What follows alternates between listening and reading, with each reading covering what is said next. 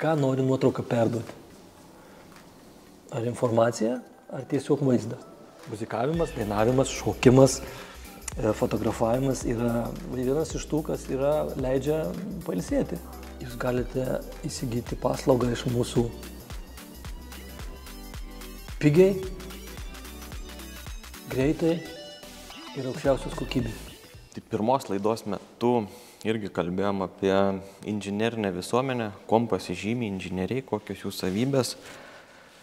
Na ir iš diskusijos taip išėjo, kad bent jau aš, bendraudamas su savo aplinkoje esančiais inžinieriais, pastebėjau, kad tarp jų yra daug menininko gyslelę turinčių žmonių, kas užsiema dailę, kas muzikuoja, groja skirtingais instrumentais.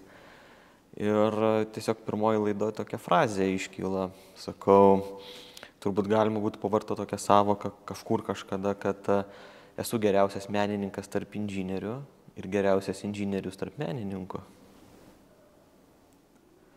Įdomi mintis labai. Man patiko.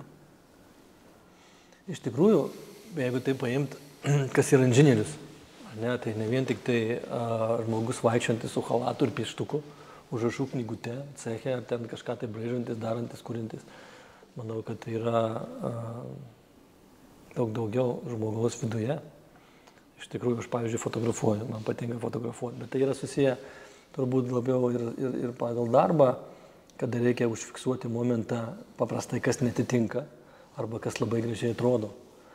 Ir pagaut kadrą, pagaut momentą, aišku, reikia turėti įgūdžių tam tikrų. Ir tas fotografavimas, manau, kaip hobi, yra laisvalaikio fotografuoti vaizdus, tą, ką pamatai. Ir čia irgi yra, sakyčiau, reikia turėti žinių tam ir pagrindų. Nes, pavyzdžiui, ką nori nuotrauką perduoti? Ar informacija, ar tiesiog vaizdą? Tai atitinkamai priklauso nuo to, kokia tai bus nuotrauka. Taip ir su kokybės kontrolė, ką tu nori. Ar patvirtinti faktą, ar kažką tai kitko. Ar nori, kad žmonės išjaustų tavo reikalavimų surašymą ir pajaustų ir suprastų, ką nori pasakyti. Čia irgi toksai, kaip kiekvienas menininkas nori, kad jo paveikslą išjaustų, suprastų tai, ką jis jautė tapydamas.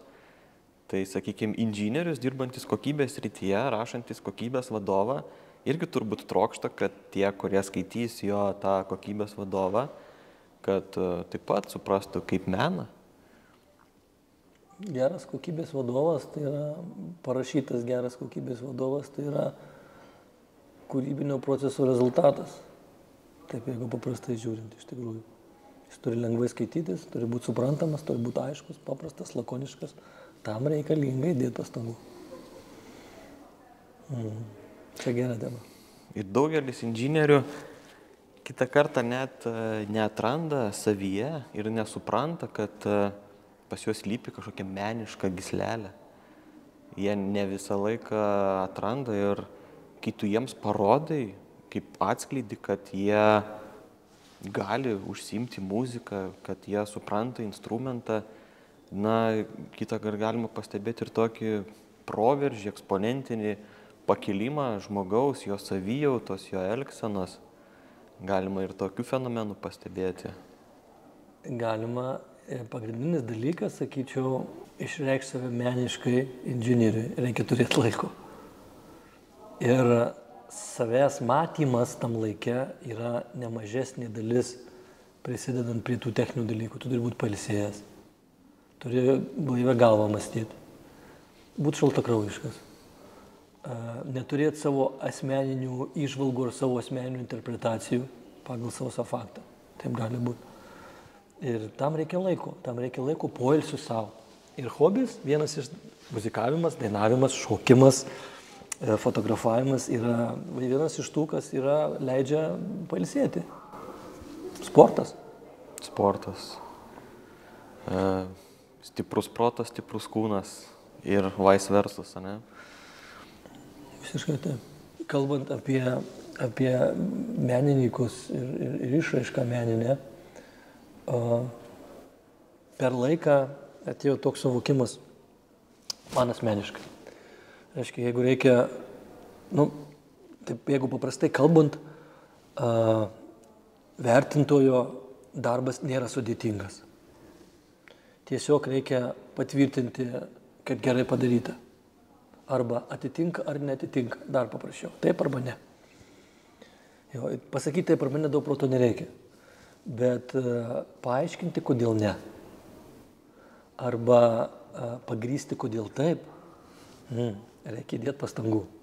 Reikia turėti žinių, patirties, turėti techninę valią, apginti savo nuomonę, o savo nuomonę gali apginti vieninteliu atveju, jeigu žinai reikalavimus.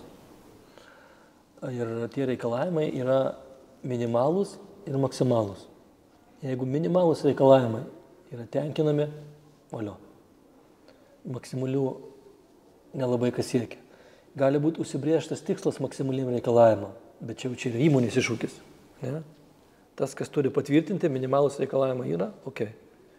Tas, kas gamina, tas, kas pateikia į rinką, turbūt keliasi savo tą maksimalią kartelę, kad būtų geriausias pagal aukščiausias technologijas, pagal aukščiausią kokybę, pagal gražiausią išvaizdą pagaminta. Čia yra sėkmė. Taip. Kodėl reikia rinktis tave, kur argumentai, konkurencingumas, ne tas pats. Ne tik kaina, bet ir kokybė, pati inovacija, pats produktas, pats daiktas. Jeigu pažiūrėti sausai techniškai šiandienos temą, susideda į kokybę. Kokybiškas gaminys veda į reputaciją.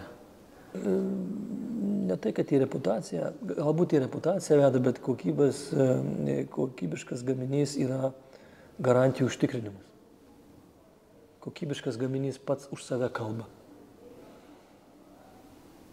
Aišku, kitas palyginimas galėtų būti toksai, kuriuo aš labai dažnai vadovaujuosi.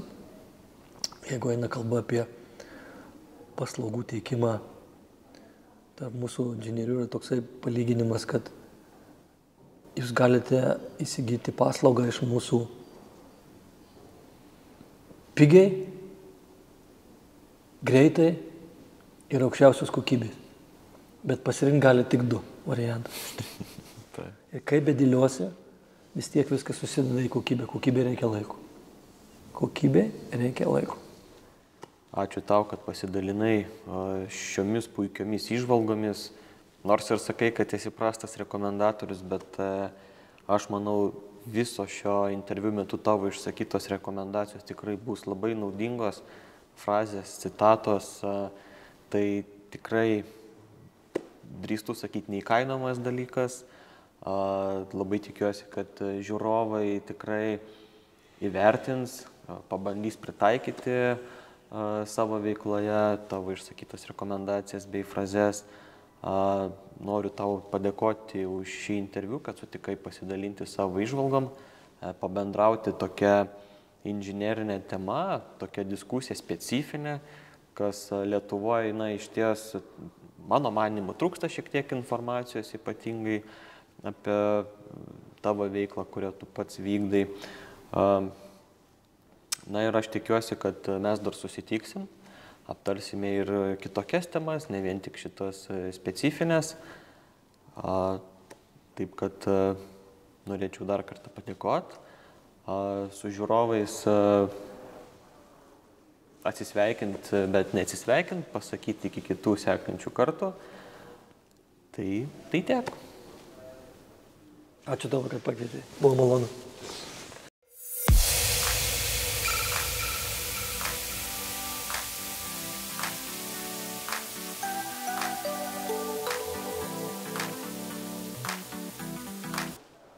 Kur čia kokybė prasideda? Kas gali atsakyti klausimą?